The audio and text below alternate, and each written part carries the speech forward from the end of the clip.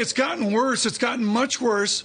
Our guest host, David Stockman, has railed against central banks, is the only adult in the room. And now the Bank of Japan, they trump all with massive accommodation. A sleepless night for Stockman as they try to reverse deflation and spur growth. And that brings us to my chart of the year. This is direct theft from Jason Trennert and his team at Strategas. And this is back to the Draghi speech of 2012.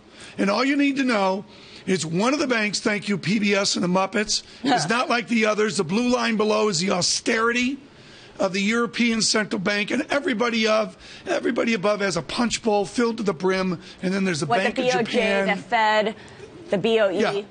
I think it's important that we thank the Sesame Street, not the Muppets. Very important. Excuse me. There's a surveillance correction. Surveillance correction right there.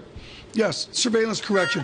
But there it is. I mean, David, this is the method. None of this is in the textbooks, is it? None of it. This is monetary madness that has gone off the deep end. Sure, the Bank of Japan is crazy, starting with 50% to GDP balance maybe sheet up to already. 70%, according to Well, John I know Herman. they started with 50%. They're going to be adding $80 trillion to their balance sheet. That's $3 trillion a year in U.S. scale economy. And what is the purpose? It's to trash the yen, and they've got a process started that's going to upend their whole economy. But that means strong U.S. dollar. What is Bill Dudley, a public official with public responsibilities, as you once had, what does Mr. Dudley and the rest of the Fed have wrong?